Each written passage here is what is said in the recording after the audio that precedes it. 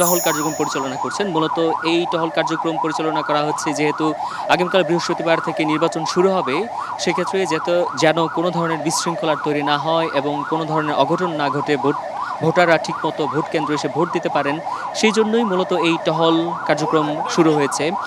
এই টহল কার্যক্রমে নেতৃত্ব দিচ্ছে গাজীপুর আর্মি ক্যাম্প 1, অর্থাৎ গাজীপুর আর্মি ক্যাম্প 1 এর নেতৃত্বে গাজীপুর জেলা প্রশাসক মোহাম্মদ আলম হোসেন এটার এই টহল কার্যক্রমের নেতৃত্ব দিচ্ছেন।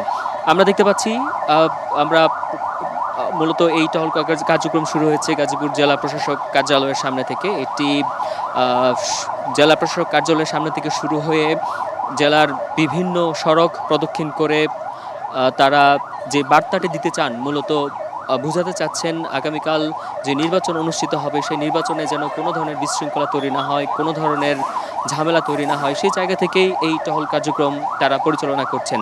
দর্শক, আপনারা জানেন গাজীপুরে মূলত 5টি সংসদীয় আসন রয়েছে। সেই 5টি সংসদীয় আসনে এবার 42 জন প্রার্থী প্রতিদ্বন্দ্বিতা করছেন।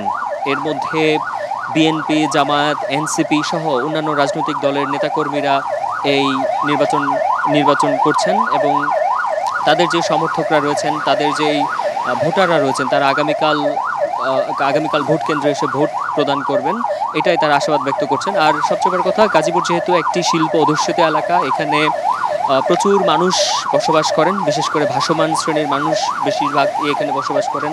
সেই জায়গা থেকে এই জায়গায় যাতে কোনো ধরনের বিশৃঙ্খলা না হয়, সেই জায়গাটাকে সবচেয়ে বেশি গুরুত্ব দিয়ে দেখা হচ্ছে।